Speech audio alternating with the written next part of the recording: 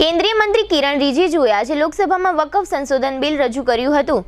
તેમનું બિલ રજૂ થતાં જ સંસદમાં હોબાળો થયો હતો। આ બિલનો કોંગ્રેસ એસપી, શરદ પવારની NCP, AIMIM, TMC, CPIM, IUML, DMK, RSP દ્વારા વિરોધ કરવામાં આવ્યો હતો। વિપક્ષ વતી કેસી વેણુગોપાલે આના પર વાંધો ઉઠાવ્યો છે અને કહ્યું છે કે આ ધર્મ અને બંધારણ દ્વારા આપવામાં આવેલા મૂળભૂત અધિકારો પર હુમલો છે। કોંગ્રેસ સાંસદ કેસી વેણુગોપાલ રાવે કહ્યું, સરકાર સમુદાયો વચ્ચે વિવાદ ઊભો કરવા માંગે છે। આ બિલને લઈને સરકારનો ઈરાદો સારો નથી। તમે દેશના લોકોને વિભાજિત કરવા માંગો છો। કિરણ રિજિજુએ કહ્યું, અગાઉ પણ વકફ એક્ટમાં સુધારા કરવામાં આવ્યા છે। અમે સચ્ચર કમિટીના રિપોર્ટના આધારે ફેરફાર કરી રહ્યા છીએ। આ કમિટીની રચના કોંગ્રેસે જ કરી હતી।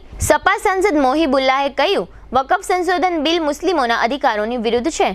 આ બિલ મજહબમાં દાખલગીરી છે। જો આમ થશે તો દેશમાં કોઈ લઘુમતી સુરક્ષિત અનુભવશે નહીં। ટીએમસી સાંસદ સુદીપ બંદોપાધ્યાય, ડીએમકે સાંસદ કે કનિમોઝીએ આ બિલને બંધારણ વિરોધી ગણાવ્યું હતું।